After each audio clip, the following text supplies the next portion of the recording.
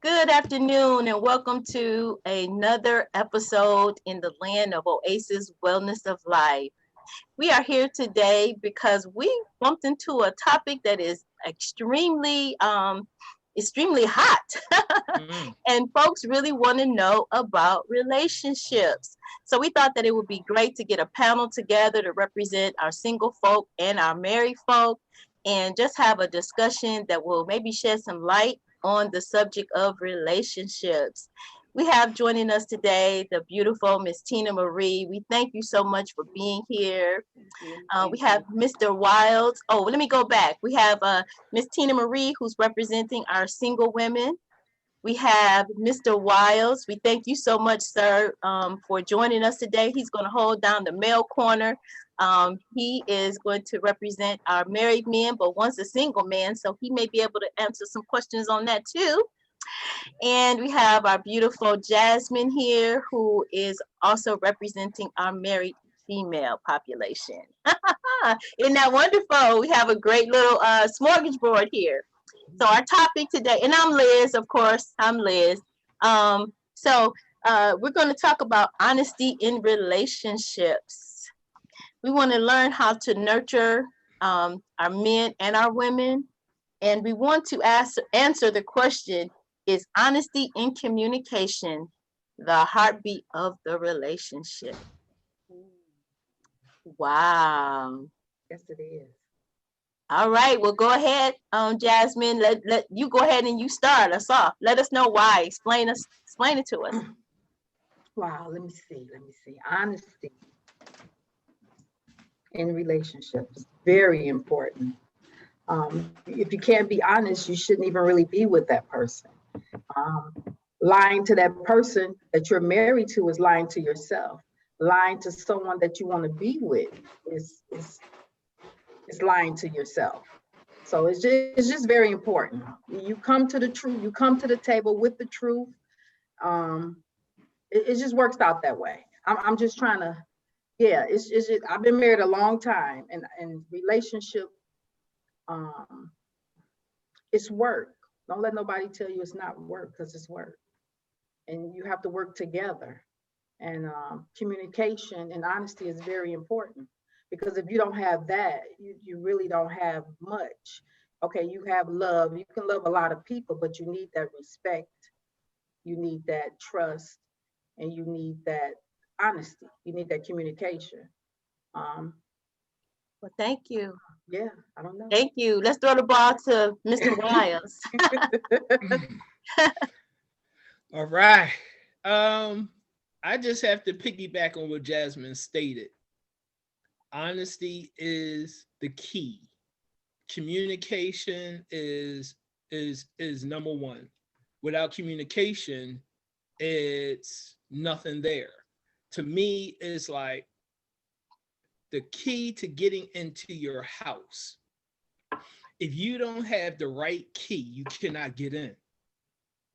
So is with that relationship. If you do not communicate right, you can't get in with that person, because it's like you're on page 70 and she's on page 80, or vice versa. She's on page 80 and you're on page 70. So the balance and the communication is not equal. And so due to that, the relationship is going to be off because the communication is off. Awesome, awesome. Miss Tina Marie, into your court, my dear. Listen, honesty is key. Honesty is the lifeline to that relationship. When you do not have honesty in a relationship, you have a whole bundle of lies. So, what happens when two people get together? Okay. If you don't know yourself, first of all, you're living a lie. Okay. If you don't know that person well and they don't know themselves, so you get those two people together, you're not communicating well, because what you have done is you built a relationship when you don't know yourselves and you don't know each other. When you don't know each other well, then you have false expectations. Now tell me, how is that ever going to work? That's not going to work. So you must be honest in the relationship. When you're built, we grow, right? And so we want to be on the same playing field with each other. So you're growing, each other is growing, and you make concessions for that because you're growing together. Because there's always, no matter what's going on, there's always love and respect. Now, being in love and loving is two different things, but there's always respect and love. And you make concessions for how you grow together. But if you're not being honest, I promise you, at some point in that relationship, it will catch up and you're going to hit a wall. So let me ask you something. How honest should you be? So sometimes we ask questions that we really don't want to know the answer to. Like when I'll go to you, Mr. Wiles, when a wife says, "Do I look fat in this? Does this make me look fat?"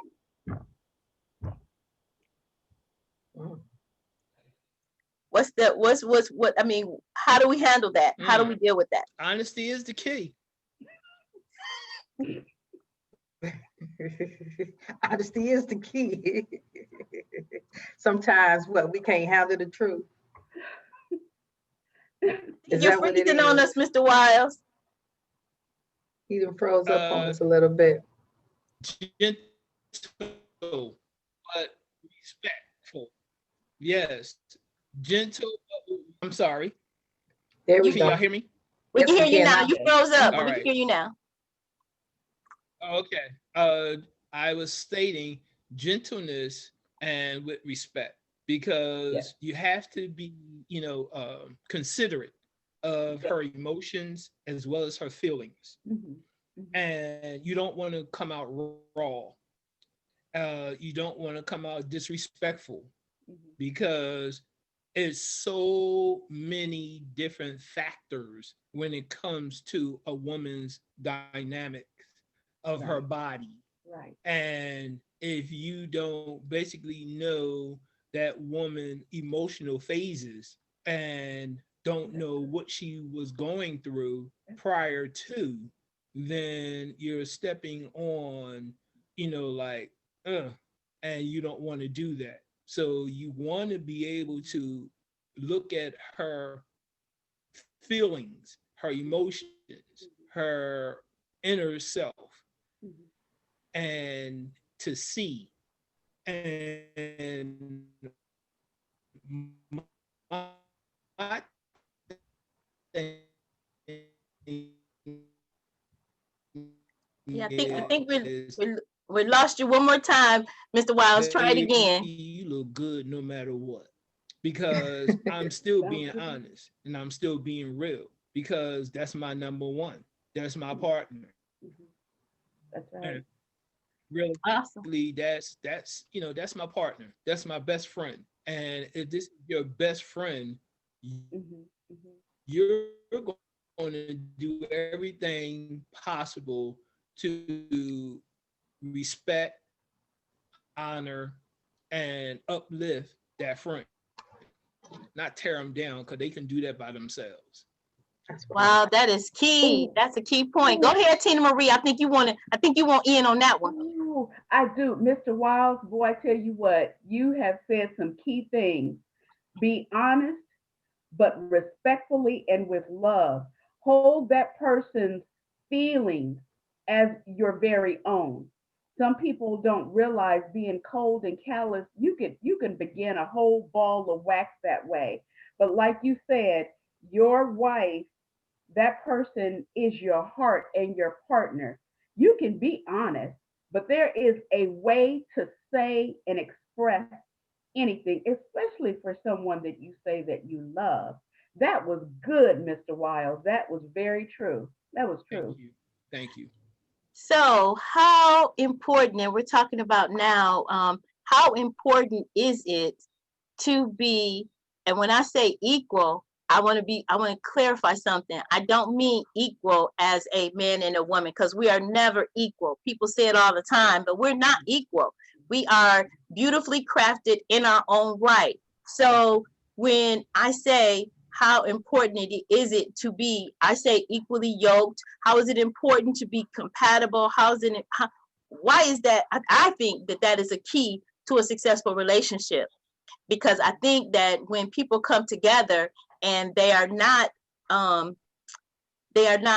the same values, they don't have the same standards, they don't have the same, similar goals, they don't understand, the role of a man and the role of a woman. I believe that God created men and women so beautiful, independent, and then when you bring that together, then you make that one, that whole. And I do agree with everybody that, we said trust, we just talked about respect, we talked about honesty. So, how important is it for us to be evenly yoked? And also, how important is it for us to be honest about that? Jasmine, jump in. Wow. Well, it's important to a certain degree to be easily yoked. And when I say that, I mean, let me say, when I say that, I mean, maybe you're on a different path right now, especially if you've been in a relationship for a very long time. Now, if you're just not meeting and you out here dating and courting, I think you should be equally yoked. But when you with someone for years and you go through that change, I mean, someone that's been with a maybe high school sweetheart and they change, women change, men change. Now, it comes a time when you may drift apart a little bit, or not even say drift apart, but you start different paths. If your spouse supports that, don't mean he have to be, or he or she has to be a part of it, but if she supports it, try to stop it, I think that's okay. But when you're dating and courting, and I want to say maybe a seasoned woman or a seasoned man, when you're older, you should be on the same path, because you at a time in your life now where it's like, this is my time, I need to do this. When you're younger, you may not know. So you probably grow together. You build a family, I wouldn't say you grow apart, but things change from when you was younger. When you was younger, y'all was like, we go do this, Bonnie and Clyde, whatever it is. But when you get a certain age and y'all still together after 20 years or whatever, things change. As long as your spouse is supporting it some type of way, whether it's financially, emotionally, spiritually, don't mean they have to be, okay, I'm right here with you on this Zoom call with me. I think that's okay. I think that's okay. I think that's powerful what you just said, because I think you just gave one of the keys to longevity, and that's supporting each other. We already talked about the love, respect, and we already talked about that, but I think people really need to understand that is a part of, the longevity of a relationship, is having, like you said, some of those factors. It don't have to mean that, we're tied to each other 24/7 or anything like that. But, and I mean, when I say, what I mean 24 hours a day, 7 days a week. Right. You don't have to be tied to one another, but, as long as we are on that, as long as we are supportive of one another, I think that's key. What about you, Tina Marie? What do you think about that? About, well, I guess, going to the single part of it, being, I think it's very important, especially now, myself being, on the other side of 50, I think that is very important that, the person that I date, the person that I meet and I decide, okay, this is a potential person that I want to build the rest of my life with. It's very important that now, I like the word that you all use, seasoned, because there's a lot of, life will give you a lot of seasoning, that's for sure. So being seasoned, it is, you really start thinking about what's important and what do you really want your life to look like. So you have anything that you want to add to that, Miss Tina Marie, about being evenly yoked? Yes, actually, for me in my life, that is an uncompromising factor. I must be evenly yoked with the man of God that the Father will choose for me. Not only is it a biblical principle, But two individuals coming together with two different life experiences, two different expectations, two different goals and dreams, those are just like two different puzzle pieces that either are cut and they can fit together, or they just will not fit. And if you don't be patient, take the time to get to know them and them get to know you, how is that going to work? What you're going to do with those two puzzle pieces that do not fit together is you're going to fill it in all around it to make a whole picture. And guess what? That picture just going to look like some abstract art, because it's not going to fit together like a whole cohesive picture. Y'all feel me? Oh, for real. For real. You have to be equally yoked. Listen, I know people that in our definition of being equally yoked, they're not equally yoked, but they make it work, because let me tell you how they make it work.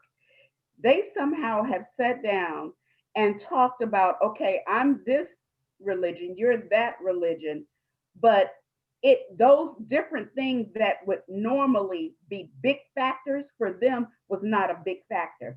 They wanted to be together just that bad. So somehow they make it work.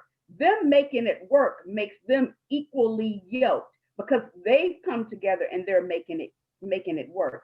Because the things that are important to us, those of us that love God and serve him, that's number one. That's unconditional. Okay? So I can't put that on the back burner or throw it on the shelf and say, man, I want that brother bad, so I'm just gonna have to put my relationship on hold for a minute because I want him. Forget that. Mm-hmm, mm-hmm. And I like what you said about being uncompromising in your standards. Being uncompromising, especially when you're single. And, sometimes folks say, I don't want to be alone. So, oh, he just told a little white lie. But, and that, I've experienced that before, where you make these type of excuses. But as you start making one excuse after the next, after the next, after the next, and before you know it, you're with somebody that you totally do not have anything in common with. And now you're in a life of misery, wondering, how did I get there? But there were little, and everybody talks about the red flags or what have you, but those red flags are true right at the rip. Because I can recall a relationship that I was in that I actually saw the red flag at the beginning. But y'all know us, when you know what you like, and it comes in that package, but you don't really know what's on the inside of that person, or that person is, they say they know the Lord, but every time you look around, they're not walking that walk. So right then and there, but your flesh say, well, that's what I like. So, but you have to really be able to stand true in your convictions and know what you want, and say, okay, this is not aligning, and it is okay for me to be true to myself, and it's okay for me to say thank you, but no thank you. If you Mr. are Wales, happy, go ahead. You know what? If you are happy with yourself and you know who you are, it's okay for you to be alone and be patient and wait on God. I didn't get here because I was born this way. I got here because of ignoring those red flags and thinking that red flag actually was slightly purple, and here it was blazing with diamonds red. Okay? Absolutely. So listen, we're going to do a show about that one day. Stop ignoring the red flags, the multicolored flags that are waving and slapping you all in your face. Okay? I'm writing that down. I'm writing that down for sure. Seriously, because you gotta, at some point, you cannot compromise, because what you do is you wake up going, who is that? What happened? What in the world happened? You will find yourself in situations praying, oh, deliver me, Jesus. If you do this time, Father, I promise you, I'm going to listen to you, because this right here ain't happening. You will find yourself in them kind of situations. That's seriously. Right. So absolutely. Absolutely. We're going to throw the ball back over in Mr. Wild's court, because we want to know about being evenly yoked. Well, all honesty is, it is very important to be equally yoked with an individual. to me, the reason why, it lessens the drama. Yes. And that's what will happen when you're unequally yoked. And then you're out of line with what God have in store for you, because you're not lined up with what God had designed for you. That's one of the reasons why he tells us to not be unequally yoked. If God is saying it, he's saying it for a purpose and a reason. And like you just finished saying about the red flag, that's the red flag. That red flag was blowing like the wind is blowing a flag, and is basically telling you, this is not the one. Leave him alone. Step away. Move back. Is telling you so many times. But what you do is you ignore it. And then once you get into that relationship, and now you start to see the real deal of that person, and I have to keep it real. May it be a male or may it be a female. Because it's not just the male and it's not just the female. And so the thing is, when you start seeing these things, and especially if you get married, it's too late. And the reason why I say it's too late is because, again, if you are honestly, sincerely a believer in Christ, you know God hates divorce. And we should not be believers in the Lord and talking about divorce or talking about a prenup. Because to me, a prenup is basically saying, okay, I'm about to get into this marriage, but I ain't going to be in it long. And then two, if you're up here talking about a divorce and getting married, what is the point of even wasting your family time, that other person's time, and even your own time talking about a divorce and you're not even married yet? That's uncalled of. And so the thing is, you got to realize and understand from the very beginning, is this the individual that God, just like Tina Marie stated, allowed the Lord to direct you to the right individual?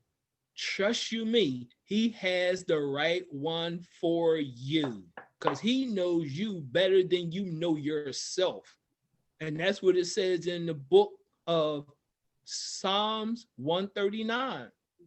He knows you before you was even in your mother's womb. He knows you.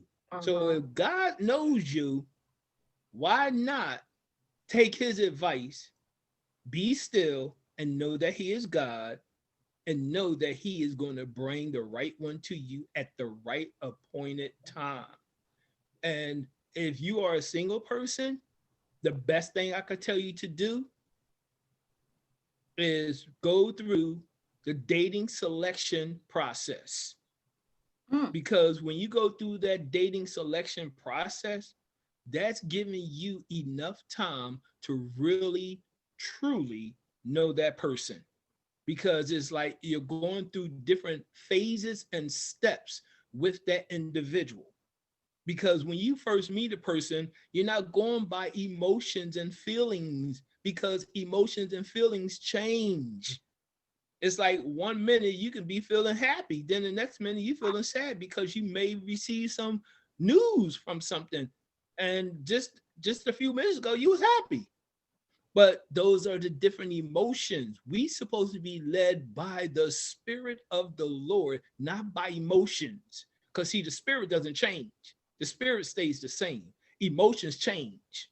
Yes. And so the thing is, you basically seeing a person, you don't know nothing about that person. That's an acquaintance. That's it. Someone you acquaint yourself with. And so then after that is a phase that you go through, that acquaintance level.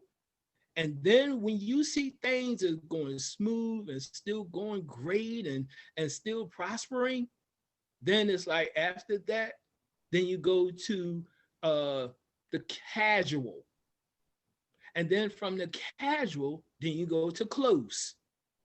And then from close, then you go to intimate. And then from intimate, you go to like an engagement. And then from the engagement, you go to marriage. But see, each one is a phase. Each one is a time limit. Okay. And then what you're doing is when you go through that, you're getting to know that person. So now this is the time that you are asking questions about the person, getting to know the person, know their color, know what had them to, be happy, be sad, knowing what had them to cry, what having them to laugh, getting to know their family. If I'm just saying, if you're going through this relationship to marriage, that's what you're supposed to do. But if it's just a relationship, quote unquote, friends, so you have to nip it in the bud from the beginning. We are just friends. I will be dating other individuals. I want you to know this so that when you see me with somebody else, you guys to realize and understand we're not connected together.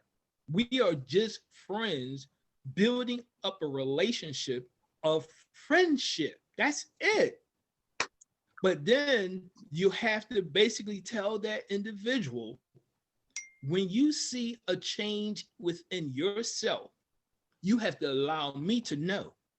Because if I'm not on the same page with you and you're having like feelings and emotions for me, but I'm not having those feelings and emotions for you, I want you to let me know. Because see, then we could stop. And then we can just go back to square one again and be like, hold on, you're getting too attached and I'm not there. And I don't want to hurt you. And I do not want to step on your emotions or your feelings, because I understand emotions and feelings are sincere. So I want you to know this. So when you get to that level, let me know. Don't hold it in and be up here saying, oh, I love him. Oh, he does this, he does that. I've been always looking, but I'm not looking at you like that. I'm just only looking at you as a sister in Christ, as a friend that we're, probably going to the movies together or probably going to dinner once in the blue moon. It's only on a friendship relationship. That's it. I'm not, getting all attached with you. And that's why I said you have to be able to balance out your emotions and your feelings when you're dealing with someone of the opposite sex. Mr. Wiles, I think that is amazing, because I think what you just laid out goes back to our original question about honesty in relationships. And that does not just mean honesty when you're committed in a relationship or committed in a marriage. I think it also means when you meet somebody to really give them what your honest intent is. I think that oftentimes in relationships or meeting people or in the dating world, people don't really express what their true intention is because they have that failure of loss. Correct. And they feel like I'm going to lose out, or I'm not going to be, I'm going to lose out on this person. If I tell them that I'm really not interested in them, I'm not going to be able to get something from them, either whether it's sex or whether it's, stuff. And I think that's where one of the big issues come from. And that's the miscommunication part of when you even start out the gate. So starting out with honesty. And it's okay, because some people are on the same page. Some people are having carnal relationships, meaning relationships some people are okay with premarital sex. They don't care. They don't have a consciousness. Some people are starch in, I'm not going to have sex before marriage. This is what I want. But you have to be able to be able to be true to yourself and say, this is where I am. This is what I want, and have no fear of loss, because it's really not loss, because that's not really who is for you anyway. You know what I'm saying? And then if their agenda is to just get sex from you, but your agenda is to get married, whether it be male or female, because I've had conversations on both sides where men have said the same thing, which surprised me, that some women are out here that just want sex or just want stuff or just want this from them. They don't necessarily want a relationship. And see, sometimes women on our side, we think it's just the men, but it's not. It's on both sides. That's why we're bringing these panels. And Jasmine, right. I think you had something to say before I went on my tangent about honesty and truth. So I just wanted to, piggyback off Mr. Wiles about, so when you be truthful with that person, whether it's male or female, and they get angry and upset and stop calling, stop texting, would you consider that a red flag? I will consider that an individual that is not interested, and I have to move on. And also, I want to add something too. I think that it's also going back to Jasmine when she said that about, they get angry at you or they don't call. I think all of that's manipulation too, because sometimes folks say they're trying to push that lonely button. And if they think that you're lonely and they withdraw themselves from you, when they come back, you like a little puppy that ain't had no water and you, so whatever they want you to do, you're going to do. And I've heard men to say this, a lot of women do that. They really get, and especially when you're not being true to yourself, you don't have your self-esteem intact, they will do that. I've had games played on me all the time. And I'm like, hold up, wait a minute. And when you really, like, and that's what the season is about. When Tina Marie was talking about seasoning, and something that that you shared with me, Miss Tina Marie, when you said, and I want everybody all of our viewers to get this down in your spirit, get it down in your spirit. Because you exist, he or she exists as well. So don't let people tell you something different or make you think something different. I've had men to tell me that that's that hocus pocus stuff or whatever, because you believing in all this magical fairy tale stuff because you really do believe. Me, I'm telling you, may not tell you, but all of us cheat. Men may not tell you, but all of us, this, that, or whatever. And I'm like, I don't believe that. I don't believe all men cheat. That either. I don't believe all men cheat. I don't believe that all women cheat. Not at all. I don't believe it. But you have some people trying to manipulate you and tell you that. So so basically will lessen your standards and they'll get what they want, because all they're looking for is the trophy or the feather. And those things still exist, even though people try to tell you that they don't. But men running around here, even in COVID, men running around here or women running around here collecting trophies or feathers in their cap. That's because they have some issues within themselves that they have not been addressed. They have some low self-esteem issues, or they haven't gone to the level of maturity. And I'm talking about all ages. I'm not talking about just the younger people, because some older people are not very wise or have not received their seasoning packet either. Absolutely. So it's an ongoing, I don't think that it has to be a battle of the sexes. I think we just have to know who we are, know what we want. But I wanted to throw a question back to Mr. Wiles about, I took notes because we're gonna make sure that in the description below we put those steps down, because you just threw a whole ball of wisdom out there. And so what I wanted to ask you, because I used to go to a church, and one of my pastors at my former churches, he's a teacher on relationships, and he used to say that date somebody in all seasons, meaning know how they treat the waitress, know how they how they react in traffic, know how they act when they stump their toe, or when something comes in the mail that they unexpectedly, or know them in all seasons. So I'm asking you, what do you think the time frame is for knowing somebody in all seasons?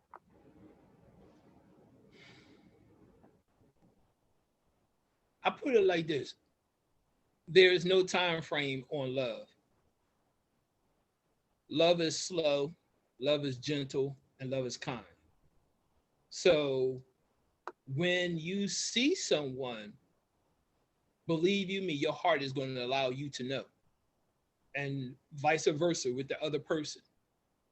If you are the one that God designed for, I just say for her, and you're the male and you're seeking, she will know, because God is going to allow her heart to know that you are the one for her, as well as he is going to allow your heart to know that she is the one for you.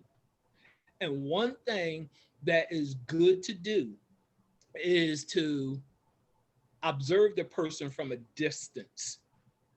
And what I mean by that, if she is the type of person, like you just finished stating, a part of your congregation, I'll use that, and it's a single event. So you're going bowling. That's one of the events. And you're basically seeing how she responds in the midst of other individuals, how she present herself, how she handled things if something is like a little out of character, a little out of order. For example, they order food and the waitress or the waiter is coming back with the food but messed up the order, and then she get indignant because of that. Wow. And she doesn't know that you're interviewing her from a distance. Wow, that's how she's acting. And he putting notation down. And so then it's another event. It can be a going to the movies and standing in line because it's a big premiere. And she's up here complaining in line, and she's like with some of her girlfriends. And she's up here saying like, Dad, when are they going to open up the door? Don't they know it's the weather is not all that great out here? We standing out here in line. He's taking notes. This is how she's acting. But see, what we do prior to getting information of a person, we just look at the outer portion of the person. Yes, she may be looking beautiful. Yes, she may dress well. Yes, she may have beautiful skin in the whole 9 yards. Yes, she may keep her hair nice in the whole 9 yards. All that is materialistic stuff. All that stuff it deteriorates and it corrodes. But it's what's inside the person that what counts of that person. So it's like, okay, that scenario with the waitress, they make a mistake. Oh, don't worry about it. It's okay. I just appreciate you even taking my order. And this may sound unfor to some people, but it's real. Because you do have some women out there that are like that, and vice versa. You do have some men out there that are respectful, that has integrity, that has honor, that shows respect no matter what comes about. And okay, yeah, in that movie line, yes, okay, it's a big premiere. They're getting ready for everybody to go into the auditorium. So they got to make sure that everything is clean. They got to make sure everything is up to par. They want everybody that's going to come in to see this movie, and I'm just using this, Wakanda, to be able to go into the theater and don't have to complain about anything. Oh, excuse me, Mr. Manager, the floor still got popcorn on and this and this and this and that. So yes, you're going to be out there in that line for a little bit. But the thing is, have a conversation with the person behind you. Hey, so what you going to think about this movie? To lighten the atmosphere with positiveness, not negative stuff. So you're looking at all this from that individual, and you're saying to yourself, this is what I've been up here looking for. Thank you, Lord, because this person have generosity. This person have character. This person have loyalty. This person is humble, the whole 9 yards. So these are some of the qualities and qualifications that you're looking for in a person, and especially if this is longevity with that person. Right. Absolutely, absolutely. Thank you for that. That's a huge lesson that I think a lot of our viewers need to hear, need to really know, because what I got out of that is that you're saying you're collecting information. If this is somebody that you want to spend your life with or want to be with, then you really have to put your investigative hat on and really look and see, because listen and observe and see, and oftentimes we don't do that. And we do not. So we got about go ahead. We have about 2 more minutes to wrap up. Got you. And the reason why I say that too if you are doing an interview on that person, Mhm. guess what? They don't even know that you have an interest or a liking towards them because you're doing it from a distance. That's good. And it's almost like a secret investigator. And you're investigating this individual that you have an interest or a liking toward from a distance. And if they do something or say something or respond a way that is not pleasing to you, Mhm. you could diss them and they don't even know they've been dissed. And you didn't even hurt them because you did it in a manner that was pleasing and liking to yourself first, to God. Well, let me reverse that, to God first, then to yourself, and even towards that person. And you still love that person. You still respect that person because that person is only being themselves, but it's not the person for you. But guess what? Absolutely. You Absolutely. went out to the movies with that person. You went bowling with that person, and guess what? Person didn't even know. Yep. And the thing is, you knew because you was watching from a distance and were like, whoo, I'm glad I did that because that's not the one for me. Next, next. That's so good. Thank you so much, Mr. Wiles, for holding down the You're male welcome. corner today for us. Yes. So let's bounce it back to Miss Tina Marie. Do you have any closing remarks that you'd like to leave with our audience? We are wrapping up in about 1.5 minutes. Actually, I just want to tell the audience to take your time, be true to yourself first. Get to know yourself and develop your relationship with the Father. Be patient. Don't ignore the red flags. Don't be in a rush. You're not going to be alone. And like Miss Liz said, I say all the time, because you exist, he exists, she exists. You see, God will never be made to be a liar. Be patient. You don't want to be with the wrong person at all, but love yourself first. And by the time you meet that person, all you're doing is sharing who you are. Okay? They don't have to help make you. You don't have to feel good because they're there. You are good all by yourself. Yes, ma'am. Awesome. Thank you. Thank Um, you.